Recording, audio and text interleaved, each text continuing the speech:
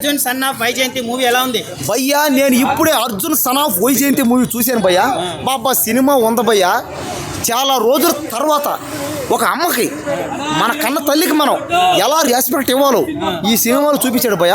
కన్న తల్లికి అతను దగ్గరుండి వాళ్ళ అమ్మకి సేవ చేయడం, వాళ్ళ అమ్మకి పుట్టినరోజు రాగానే కేక్ కోయడం, పైగా వాళ్ళ అమ్మకి సహాయం చేయడం, ఇంటి పని వంట పని చేయడం, అన్నీ దగ్గరుండి చేయడం.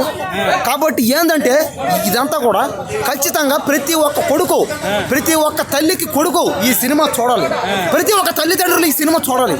ఈ సినిమాలో విజయశాంతి తంతా ఉంటే అన్న ఎగిసెగిసి ఒక్కరిని ఒక కర్తవ్యం, ఒక వైజయంతి, ఒక వసీర్ రావులమ్మ, అంతకు మించి విజయశాంతి గారు ఇప్పుడు దాకా ఎన్నెన్నో పోలీస్ క్యారెక్టర్లు చేశారు.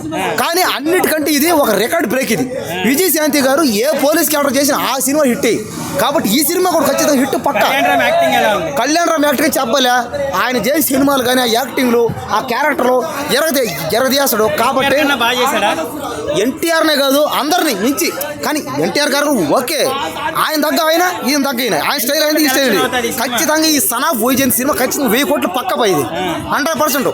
కానీ ఈ సినిమాతో విజయశాంతి మళ్ళీ జనాల్లోకి రావడం, ఆమె ఇక నుంచి పాలిటిక్స్ ఆపేసి సినిమాలు తీయమనండి దయచేసి. విజయశాంతి గారు సినిమాలు తీయండి అమ్మా, మీ సినిమాలు తీయండి అమ్మా. మీ సినిమాలు చూడలేక నేను పుట్టినప్పటి ఎగరేస్తారు అంతే. నందమూరి అభిమానులంతా ఎగరేస్తారు.